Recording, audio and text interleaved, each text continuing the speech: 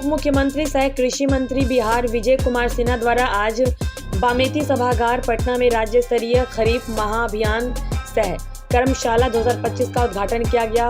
उप मुख्यमंत्री ने कहा कि सरल हिंदी शब्दों का प्रयोग ज्यादा से ज्यादा करें। इस भाषा के प्रयोग से किसान पदाधिकारियों के साथ सहजता से जुड़ सकेंगे। उन्होंने कहा कि खरीफ और रबी के स्थान पर क्रमशः शारदीय एवं बसंतीय शब्द का प्रयोग किया जाए। इस कार्यशाला का उद्देश्य शारदीय खरीफ मौसम के लिए राज्य भर में कृषि योजनाओं एवं तकनीकी कार्यक्रमों का सफल क्रियान्वयन सुनिश्चित करना है। कृषि मंत्री ने कहा कि राज्य सरकार किसानों की आय में वृद्धि तथा जलवायु अनुकूल टिकाऊ कृषि व्यवस्था के लिए निरंतर प्रयासरत है। शारदीय खरीफ महाअभियान के अंतर्गत किसानों तक नई कृषि तकनीकों का प्रचार प्रसार किया जा रहा है। इसके अंतर्गत बीज वितरण कार्यक्रम के माध्यम से उन्नत किस्मों के प्रमाणित बीज समय पर किसानों को उपलब्ध कराए जा रहे हैं, जिससे फसलों के उत्पादन एवं उत्पादकता और बेहतर हो सके।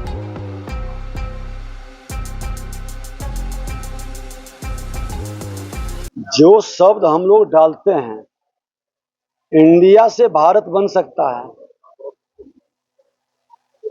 तो ये खरीफ से शारदीय फसल जो मेरे संस्कृति और हिंदी शब्द में है, वो अरबी शब्द था। मुगलों के समय वो शुरू हुआ। और रबी भी अरबी शब्द था, उसका वासंतिक फसल। और अब ये चलेगा, इसका उपयोग आम भाषा में होगा जब हम आप सब बोलने लगेंगे। जो लोग समझता है मौसम के अनुसार, अपने ऋतु के अनुसार अपने फसलों को, उसका अर्थ भी हिंदी में आप देखें। खरीफ और रबी का अर्थ भी, खरीफ का वसंत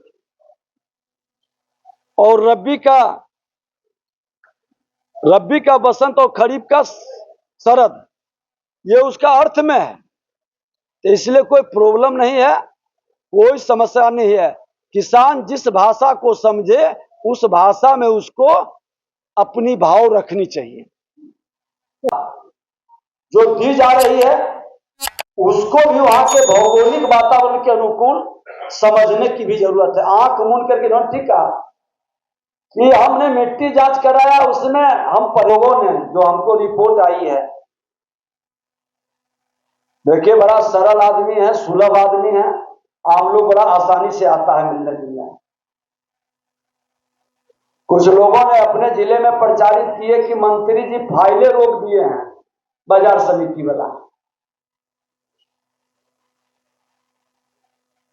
और काहे के लिए फाइल रोके हैं ये भी लोग समझ रहे हैं।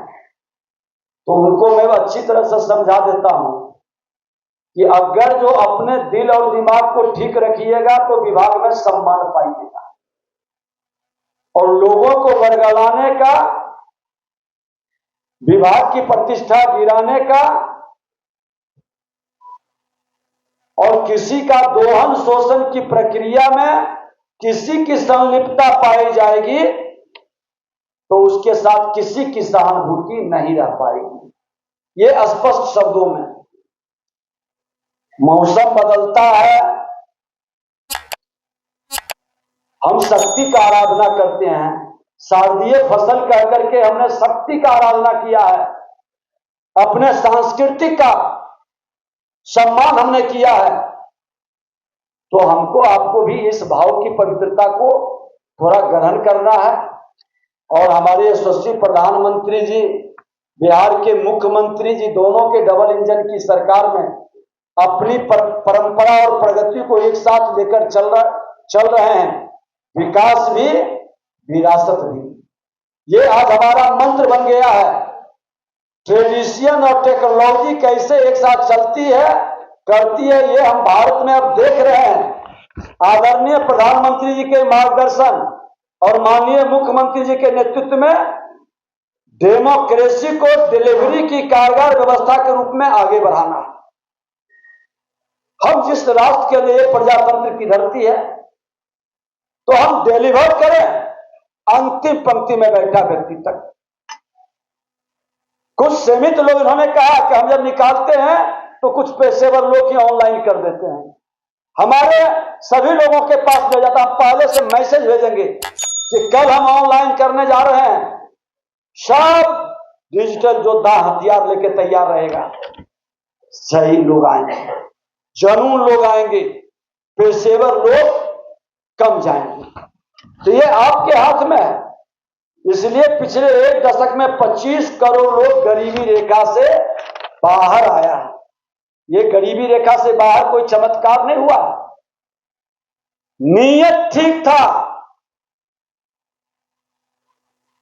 एक प्रधानमंत्री कहते थे 100 रुपया चलता है तो 15 रुपया मिलता है नीचे जाके, अब 100 रुपया चलता है तो 100 रुपया मिलता है।